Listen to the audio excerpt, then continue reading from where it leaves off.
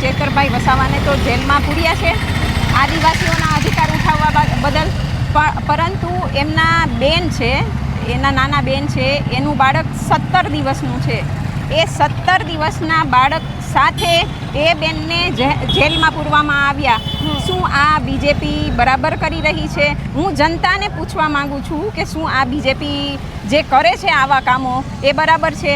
આપણા દેશમાં અનેક ગુંડાઓ જે છે, હત્યારાઓ છે, બલાત્કારીઓ છે, એ બધા બીજેપીમાં જતા રહ્યા પક્ષ પલટો કરીને, અને એ છતાં એ બધા બહાર ફરે છે. અને ચેતર વસાવા જે આદિવાસીઓ માટે, જમીન માટે, જંગલ માટે અવાજ ઉઠાવે છે, એમને જેલમાં પૂરી દીધા. 7 વર્ષની જેલ કરી દીધી. અને એમની બેનનું બાળક, મતલબ 17 દિવસનું બાળક, કેટલું નાનું હોય છે 17 દિવસનું બાળક, એના સહિત પોલીસ કર્મીઓ એને જેલમાં લઈ ગયા.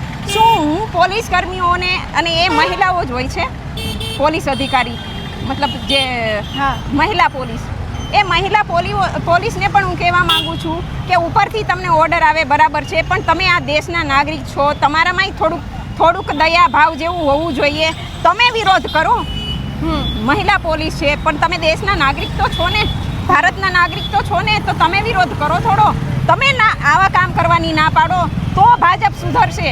અને બીજા જેટલા હત્યારાઓ છે એને પકડો, એને સજા આપો. જનતાનો અવાજ ઉઠાવે છે, તમે એની પાછળ પડી ગયા. જે બીજેપીની વિરોધમાં જાય એને જેલમાં પૂરી દેવાના. એટલે શું જનતાના કામો કરવા નથી? શિક્ષામાં કાંઈ નથી, સ્વાસ્થ્યમાં કાંઈ નથી. ગુજરાતનું શિક્ષણ આખા દેશમાં તમે જોઈ લો કેટલામાં નંબર ઉપર છે. એ કંઈ નથી કરવાનું.